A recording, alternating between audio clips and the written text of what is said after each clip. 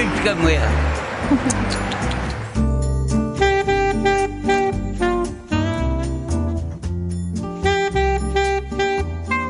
Určite sme pohoršili pár ľudí. Dosť veľa.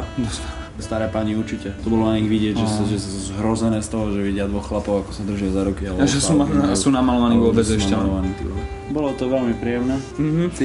Bavili sme sa. Hej, hlavne na reakciách. Stretli sme sa aj s veľmi príjemnými mužmi, mladými. Neboli to až také zlé reakcie, ale tak ako to je, ale... Napríklad na tom trhu sa mi to veľmi páčilo, mám pani ešte aj ponúkala. Či si nechceme vybrať spodné prádlo? Skúšal svetrik u Vietnamca. Ktorý som ti nekúpil?